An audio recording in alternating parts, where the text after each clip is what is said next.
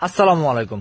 আমরা যে ধান খেতে মাছ ছেড়েছিলাম আজ থেকে 2-2.5 মাস আগে অবশেষে সেই ধান ক্ষেতের ধানগুলা কাটা হয়েছে। আমরা এই ধান ক্ষেতটাতে কিছু তেলাপিয়া এবং কিছু কার্পো মাছ ছেড়েছিলাম, যেগুলো আমরা মূলত পরীক্ষামূলক ভাবে দেখার জন্য যে এগুলো আসলে বড় হয় কিনা। যেহেতু ধান ক্ষেতটা আমাদের খামারের একদম পাশে, এই জন্য আমরা কিন্তু এই ধান ক্ষেতে যখনই পানি কমে গেছে তখনই পানি দেওয়ার ব্যবস্থা করছি।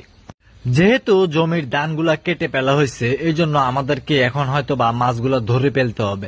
কেননা এখন যদি মাছগুলো না ধরি তাহলে হয়তো বা গুইসাপ অথবা পাখি মাছগুলা খেয়ে ফেলতে পারে। কিন্তু মাত্র 2 থেকে 2.5 মাসে এই মাছগুলো আসলে কতটুকু বড় হয়েছে সেটা একটা বিষয়। তবে আমি মাঝে মধ্যে লক্ষ্য করছি 2-1টা মাছ বড় সাইজ দেখা গেছে। অর্থাৎ আমি যখন এখানে পানি দেওয়ার জন্য 5 নিয়ে আসতাম, 5 দিয়ে পানি দিতাম, পানির সেচের বিপরীতে মাছগুলো উঠে আসতো, তখন দেখা যেত 2-1টা মাছ একটু বড় হয়েছে।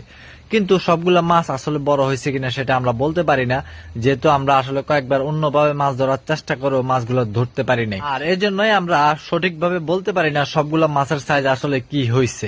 তবে আরেকটা বিষয় আমি যেটা লক্ষ্য করছি, আমরা যে মাছগুলো ছাড়ছি অর্থাৎ তেলাপিয়া এবং কার্পু, এই মাছগুলো ছাড়াও এই জমিতে অন্যান্য মাছও আছে। অন্যান্য মাছ বলতে দেশি প্রজাতির আমাদের যে মাছগুলো আছে, টাকি, শিং, ফুটি অথবা কই, এই মাছগুলো আছে সম্ভবত, কারণ আমরা যখনই সেচের পানি দিতাম তখনই পানির বিপরীতে এসব মাছগুলো উঠে আসতো। তো আমরা এখন মূলত এই জমির মাছগুলো নিয়ে একটু দ্বিধায় পড়ে গেছি, যেহেতু ধানগুলো কেটে ফেলা হয়েছে আর জমিতে পানিও থাকবে না। যদিও বা আমাদের পানি দেওয়ার ব্যবস্থা আছে, আসলে এই মাছগুলোকে আমরা এখন ধরে ফেলবো নাকি আরো কিছুদিন রাখবো, এই বিষয়টা নিয়ে আমরা একটু চিন্তায় পড়ে গেছি।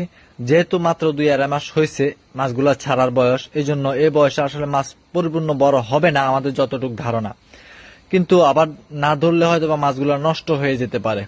তো আমরা আশা করতেছি হয়তো আমরা কয়েকদিনের ভিতর মাছগুলো ধরে ফেলবো। যদি ধরি আপনাদেরকে ইনশাল্লাহ দেখানোর চেষ্টা করবো। কতগুলা মাছ ছেড়ে কতগুলা মাছ পাই আর কত টাকা লাভ লস হয় সেটা আপনাদেরকে